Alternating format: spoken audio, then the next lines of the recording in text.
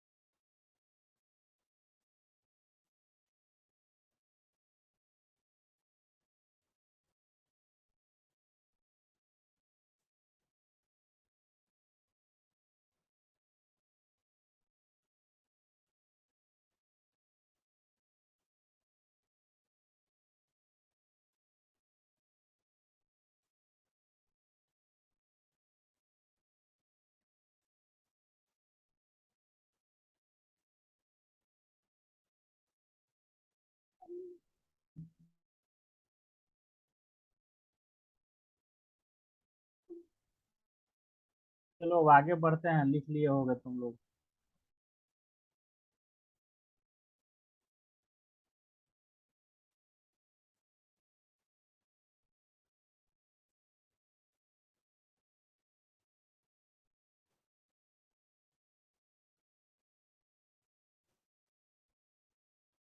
अच्छा ये बताओ कि डाटा एक्चुअल में होता क्या है। डाटा बहुत बड़ा चीज हो गया है आज के डेट में। आगे चलोगे तो ये डेटा और डाटा में अंतर है। डाटा है इंफॉर्मेशन कलेक्ट करना, समझ गए।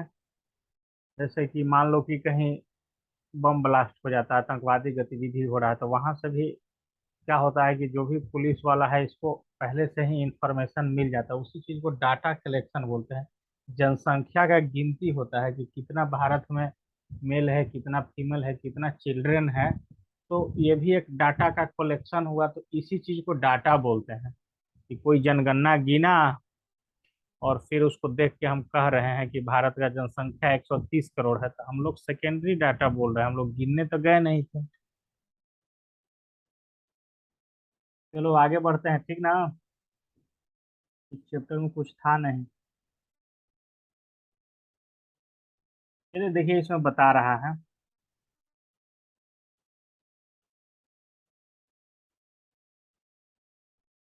consider the marks obtained by 10 students in the mathematics test as given below। एक बच्चा का 55, 36, 95, 73, 60, 42, 25, 78, 75, 62 इस तरह का नंबर आया है।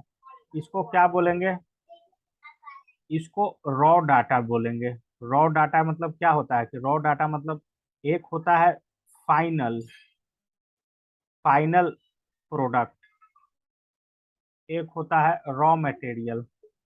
तो रॉ मटेरियल में क्या है कि जैसे तैसे दिया हुआ रहेगा, ठीक है। ये जैसे तैसे दिया हुआ है। और देखिए यहाँ पे जब हम फाइनल इसका डाटा का इसको किए, तो इसको असेंडिंग ऑर्डर में सजा दिए।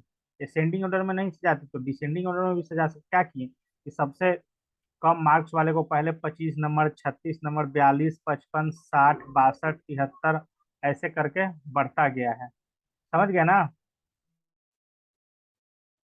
अब यहाँ से एक क्वेश्चन भी यहाँ पे दिया हुआ है कि the difference of the highest and the lowest value of data is called range. इसको लिख लेना। तो हाईएस्ट वैल्यू कितना है 95 और लोएस्ट वैल्यू कितना है 25, तो इसका रेंज कितना आ गया। रेंज आ गया 95 में से 25 घटा दिए तो 70 रेंज आ गया इसका। समझ गए। तो ये रॉ डाटा दिया हुआ था, जैसे तैसे कलेक्शन सैंपल का दिया हुआ है, इसको हम लोग एक ऑर्डर में सजा लिए। समझ गया ना। तो ये एक्चुअल सज गया और इसका रेंज निकालना सीख गया कि मिनिमम वैल्यू और मैक्सिमम वैल्यू का जो डिफरेंस होगा वो क्या कहलाएगा, रेंज कहलाएगा। और डाटा को कभी भी प्रेजेंट करना है तो इसी फॉर्म में करना है, नहीं तो पता ही नहीं चलेगा, जैसे तैसे लिख के देंगे तब। ये भी एग्जांपल उतारिए जल्दी। रेंज रेंज में इम्पोर्टेंट है ये वाला लाइन।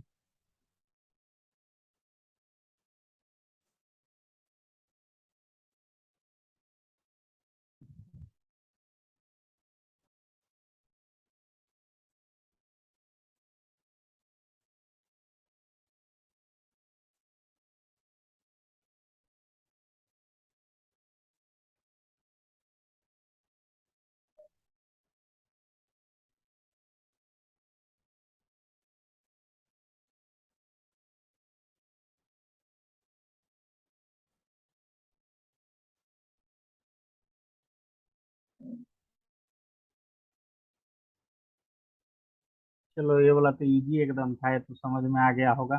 कुछ था ही नहीं, जैसे तैसे रॉ डाटा दिया हुआ था जिससे हम लोग को उसको सजा देना था। देखिए ये जबरदस्त है। कॉन्सीडर, जैसे पहला वाला में तो 10 गो था तो उसमें कोई दिक्कत। Consider the marks obtained out of 100 marks by 30 student of class. तो देखो अब इसमें 30 गो स्टूडेंट का मार्क्स है, किसी को 10 नंबर, किसी को 20, किसी का 36, किसी का 70, किसी का 50। लेकिन इसमें अब देखिए अब क्या हो रहा है खेल, कि देखिए 50 आ गया है 2 गो के, 60 आ गया है 1, 2, 3, 4, 50 भी यहाँ पे तीसरा को आ चुका है। तो ये सब है कि अब रिपीट हो रहा है।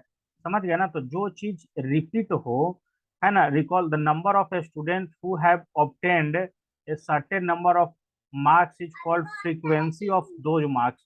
For instance 4 student got 70 marks. जैसे कि देखिए 70 4 स्टूडेंट लाया है, 1, 2, 3 और 4। तो फ्रीक्वेंसी कितना हो गया इसका, फ्रीक्वेंसी हो गया 4, 70 लाने वाला का। उसी तरह से 50 का होगा, 92 भी हमको दिख रहा है 3 जगह। समझ गए ना। तो वो उसका फ्रीक्वेंसी कहलाएगा। देखो इसको कैसे सजाया है, इस क्वेश्चन को देख लो बढ़िया से, कि 30 गो स्टूडेंट का डाटा दिया हुआ था कि कौन कितना कितना नंबर 9th क्लास में लाया है किसी सब्जेक्ट में। देखो इसको कैसे सजा दिया। यहाँ पे क्या लिखा, मार्क्स 10 नंबर एक ही विद्यार्थी लाया था, 20 नंबर एक ही वो जो 30 गो दिया हुआ था उसमें से गिनोगे तो 36 नंबर 3 गो लाया है, 40 नंबर 4 गो लाया है, 50 नंबर 3 गो, 56 नंबर 2 गो, 60 नंबर 4 गो। ये क्या चीज लिख रहे हैं हम लोग, फ्रीक्वेंसी लिख रहे हैं। समझ गए ना। देखे थे ना उसमें कि 50 3 जगह था, 56 3 गो को 2 गो को आया था। समझ गया ना। तो एक चीज देखिए कि जो नंबर ऑफ फ्रीक्वेंसी है स्टूडेंट का वो जोड़ के यहाँ पे 30 ही आना चाहिए। समझ गए। तो ये डाटा किसी को हम लोग दिखाएंगे ऐसे सजा के तो उसको लॉजिक लगेगा कुछ। अगर वो पहले वाला क्वेश्चन में जो दिया हुआ था उस तरह से किसी को प्रेजेंट करेंगे तो उसको कुछ समझ में नहीं आएगा। ऐसे दिखाएंगे कि भाई तब ये समझ में आएगा।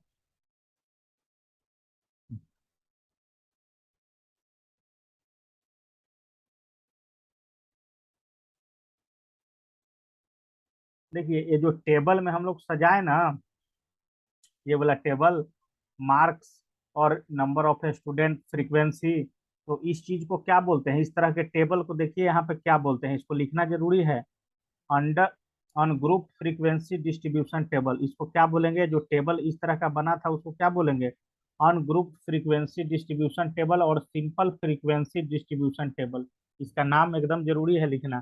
तो इसको एक मतलब एग्जाम्पल के तौर पे इसको लिख ही लिया जाए। तो करते हैं नीचे बढ़िया से बना के लिखते हैं। चलो इसको लिखो तो जल्दी। टेबल 14.1 को पूरा लिखो, और उसका नाम, क्योंकि देखिए ये सब नाम याद रखना जरूरी है, नहीं तो यही चीज आ जाएगा इस तरह से। अनग्रुप फ्रीक्वेंसी डिस्ट्रीब्यूशन टेबल क्या होता है, इसका एग्जांपल बताइए। सिंपल फ्रीक्वेंसी डिस्ट्रीब्यूशन टेबल क्या होता है, तो दोनों एक ही चीज है। इस तरह से किसी चीज को सजाएंगे तो उसको क्या बोलेंगे, उसको बोलेंगे अनग्रुप फ्रीक्वेंसी डिस्ट्रीब्यूशन टेबल या सिंपल फ्रीक्वेंसी डिस्ट्रीब्यूशन टेबल। ठीक है, तो इसको जल्दी से एग्जाम्पल को उतारा जाए।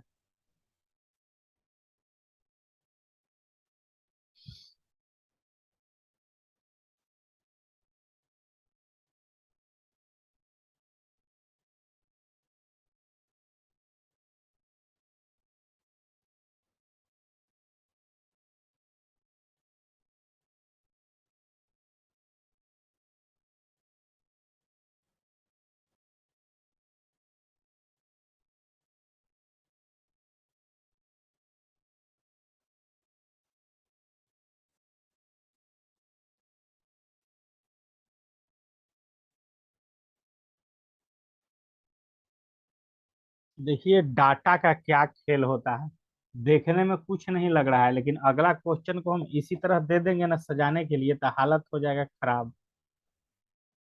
देखो इसी, ये कुछ लग रहा है इसमें, ऐसे तो कुछ नहीं लग रहा है। देखिए तो ये देखिए, पढ़िए क्वेश्चन क्या बोल रहा है, example 3। 100 plants each were planted in 100 school during Van Mahotsav. After 1 month the number of plants that survived were recorded as. समझ गए ना। अब देखिए, अब 100 को स्कूल में 100 को पेड़ दिया गया था रोपने के लिए, और 1 मंथ बाद चेकिंग किया गया तो किसी में 95 पेड़ बचा, किसी में 67 बचा, किसी में 28 बचा, किसी में 38 बचा। अब देखो ये चीज रिपीटेड भी हो सकता है, जैसे कि देखो 40 वाला रिपीट हो रहा है ना 40 वाला रिपीट। तो इस चीज को तुम लोग इसमें सजा सकते हो, बताओ दिमाग लगाओ। देखो आधा घंटा लग जाएगा तुम लोग को टाइम इसी में सजाने में ही, देखने में तो कुछ नहीं है, एकदम इजी क्वेश्चन है, लेकिन इतना हालत खराब हो जाएगा ना। सजाइए इसको, चलिए इसी में इसको सजाइए तो। On grouped frequency distribution table में इसको सजाइए, इस वाले एग्जांपल को।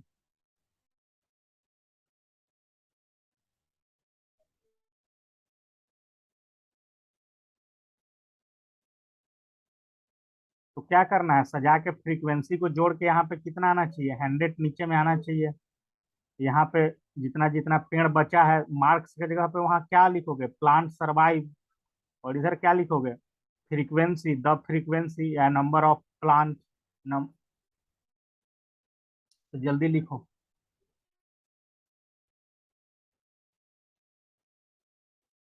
जैसे कि 95 पहला में डाला गया था, क्या होगा, अभी इस डाटा को एनालाइज करना ही बहुत इंपॉर्टेंट चीज है। जिसका ब्रेन होता है वही डाटा को एनालाइज कर सकता है सही सही। नीचे इसका आंसर दिया होगा, हम मिलाएंगे सही तुम लोग को हुआ कि नहीं। लेकिन पहले इसको 5 मिनट का समय देते हैं, इसको जल्दी से बनाइए इस टेबल को। इसको नहीं भी बनाओगे तो इसको बनाओ।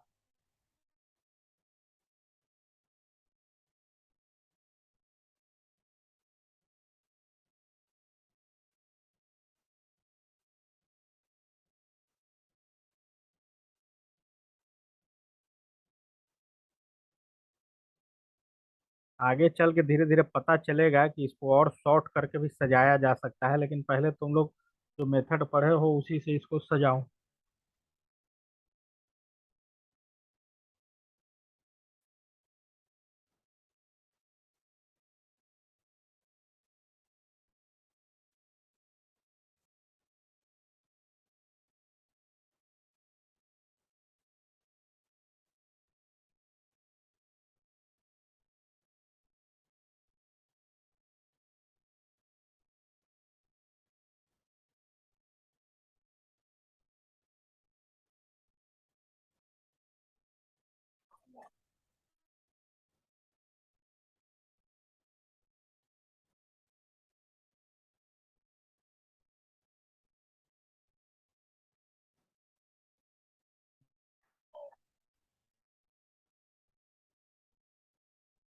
तो दुनिया में पूरा डाटा का ही खेल है।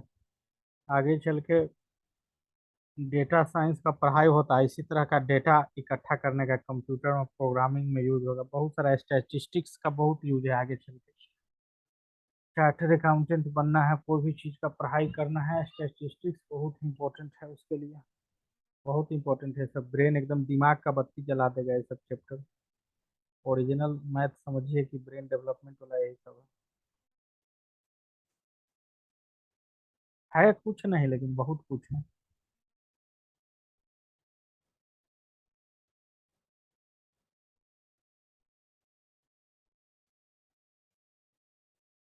हमको लगता है कि यहाँ पे टाइम पास हो जाएगा, इसको घर से करना।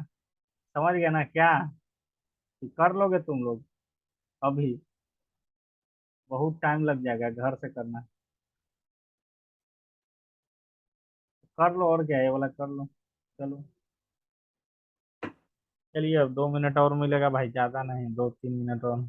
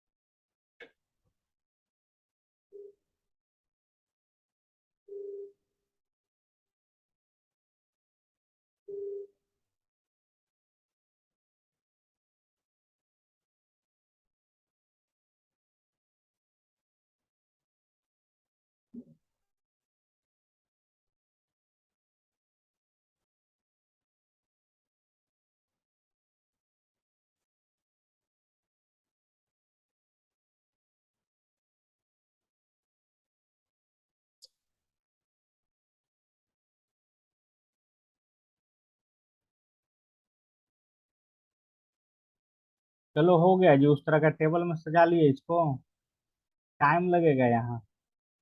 चलिए देखते हैं ये दूसरा टेबल में सजाया है इसको कि इसी टेबल में सजाया है। तब पिटारा आप खोलते हैं। तुम लोग अपना एनसीईआरटी की किताब से अगर नहीं कंप्लीट करोगे तो उसको करना, जल्दी जल्दी होने दो। देखो, यही चीज हम बोलना चाह रहे थे कि एक चीज तो तुम उसको सजा सजा सकते हो उस तरह की चीज में, लेकिन देखिए यहाँ पे क्या कर दिया है। यहाँ पे देखिए कैसे इसको सॉर्ट किया है डाटा को। पहला तो तुम उसको डिटेल फॉर्म में सजा लोगे, कोई दिक्कत नहीं है।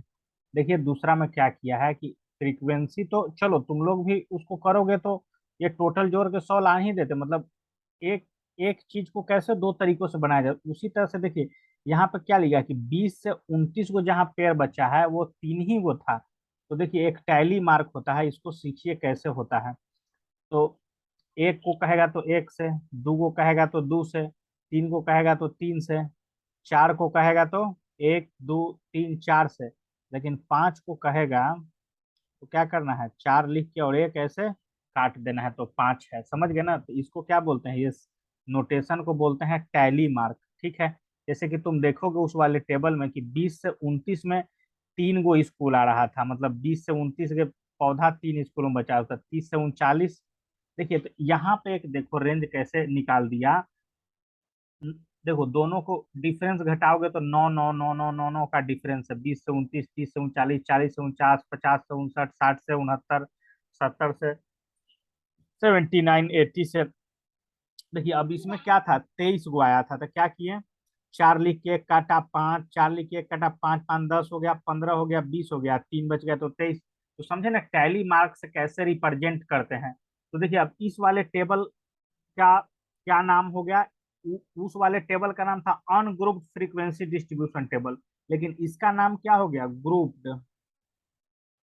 ग्रुप मतलब क्या कि एक ग्रुप में बहुत सारा स्कूल को गिन दिए हैं, मतलब बहुत सारा को एकदम एग्जैक्ट नहीं गिने कि 20 कितना में था, 21 कितना में था, 20 से 29 वो कै गो में बचा है, इस तरह का गिन दिए। तो इसका नाम क्या हो गया इस तरह के टेबल का, ग्रुप्ड फ्रीक्वेंसी डिस्ट्रीब्यूशन टेबल।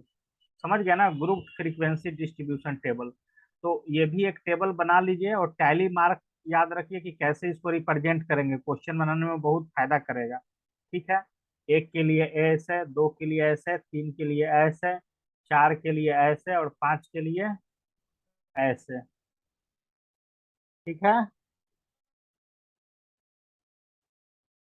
तो चलो इस टेबल को भी उतारो।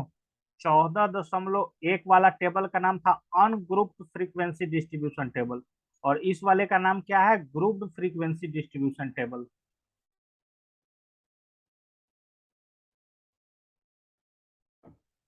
5 के लिए 4 लाइन और कट करेंगे, यस।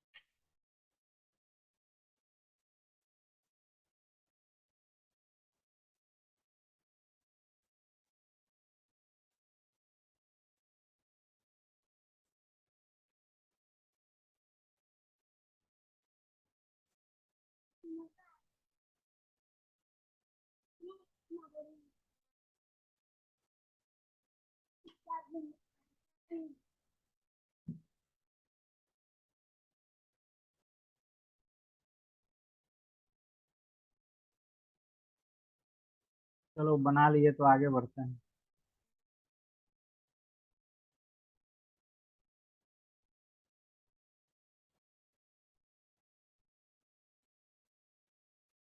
देखो क्या दिया हुआ कुछ।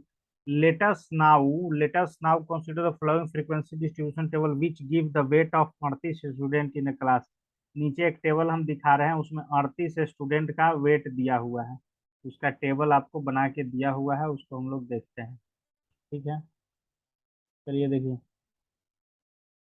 31 से 35 किलो वाला बच्चा कै गो है भाई? 9 गो है। 36 से 40 वाला 5 गो। 41 से 45 14। तो ये सब समझ जाओगे, टोटल मिला के कितना होना चाहिए? एक्चुअल में फ्रीक्वेंसी था 38, 38 होना चाहिए। ठीक है। अब इसमें देखिए कुछ कुछ चीज कंसीडर करने के लिए बोल रहा है। क्या क्या कंसीडर करने के लिए बोल रहा है, ये सब चीज देखो क्या बोल रहा है। देखो अब इसमें क्लास डिफरेंस एक निकलता है। 31 35 36 40, 36 40, है ना? तो यहाँ पे एक चीज यहाँ पे आ रहा है।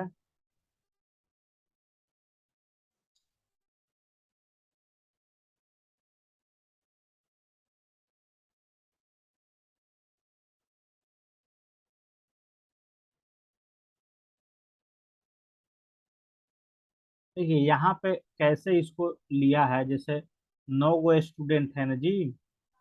9 गो स्टूडेंट के बीच में 31 से 35 वाले का बांटना था, और 36 से 40 में। तो लोअर लिमिट कितना है? एक में मान लो कि 36 है लोअर लिमिट है, एक में क्या है लोअर लिमिट 40 है, एक में 31 था, एक में 35 था। ठीक है। अपर लिमिट ऑफ डिफरेंस इतना, लोअर लिमिट ऑफ डिफरेंस इतना। ठीक है।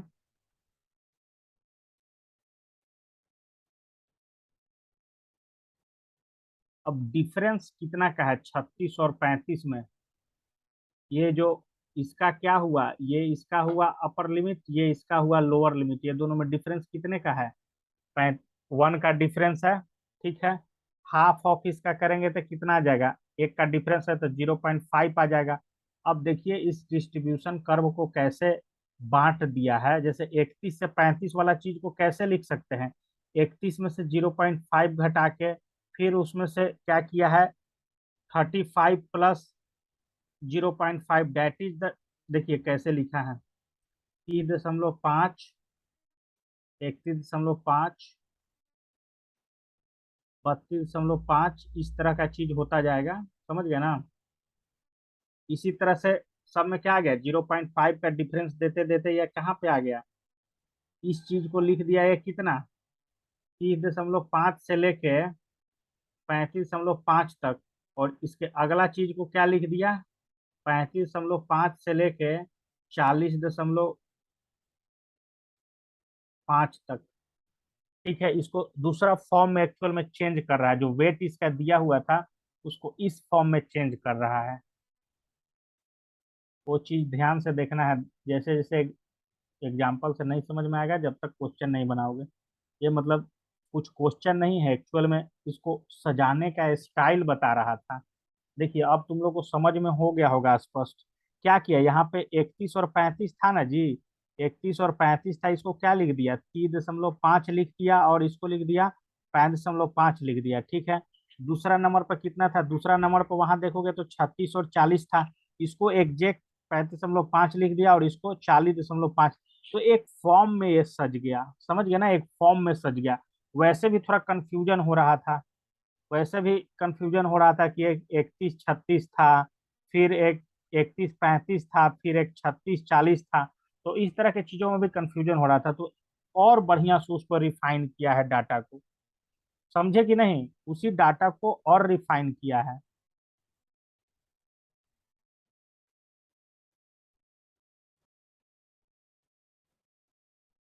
कुछ है नहीं, ये बनाने का स्टाइल है सिर्फ। उस डाटा को और किस तरह से रिफाइन कर करके लिखा जा सकता है। अब आगे आपका एक्सरसाइज।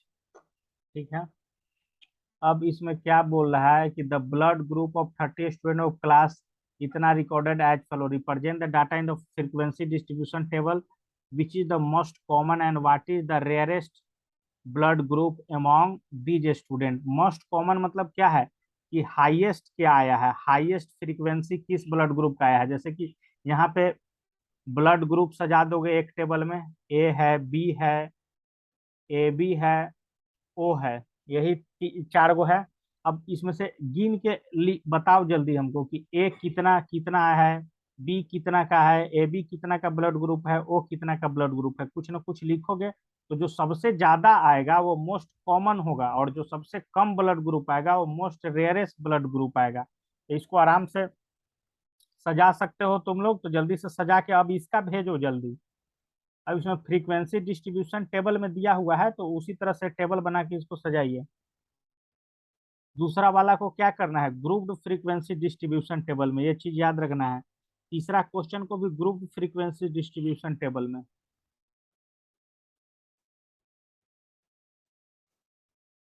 तो जल्दी बनाओ, पहला नंबर पहले बनाओ फिर दूसरा नंबर बनाना। रेंज निकालने के लिए आ ही गया है, range lower minus higher minus lower.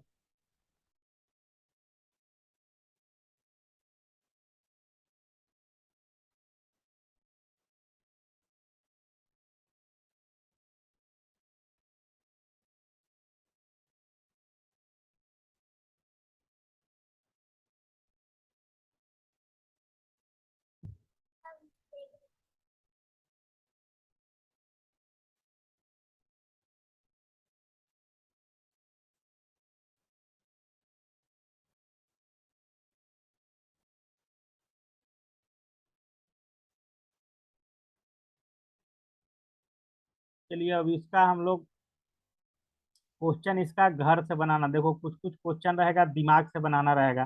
Table level में तो सजा लोगे, लेकिन देखिए इसमें ये क्वेश्चन पूछ रहा है कि विच मंथ और season you think about data is. तो अब 30 डे किस मंथ में होता है उसका अपने से नाम दे देना है, और क्या।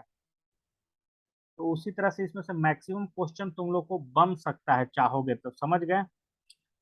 देखते हैं इसमें कितना चैप्टर है टोटल। ये तो हो गया, अब उसके बाद ग्राफिकल रिप्रेजेंटेशन है, तो बार ग्राफ कैसे होता है ये सब पढ़ना है। ठीक है, हिस्टोग्राम क्या होता है, मतलब चलेगा ये, कम से कम एक सप्ताह खींच ही देगा। फ्रीक्वेंसी डिस्ट्रीब्यूशन एक सप्ताह का लगभग ये टारगेट बना के चलिए। समझ गए, बहुत बढ़िया से स्टैटिस्टिक्स पढ़ना है। ठीक है ना, तो उस चैप्टर को 14.2 चैप्टर जो है उसको तुम लोग ट्राई करो। 14.2 को दो तीन क्वेश्चन भी बन जाए तब ठीक है, और नहीं बनेगा तो फिर कल यहाँ पे हम सोल्व करवे करेंगे उसको। ठीक है ना। वो आज का क्लास यहीं पे होता है समाप्त।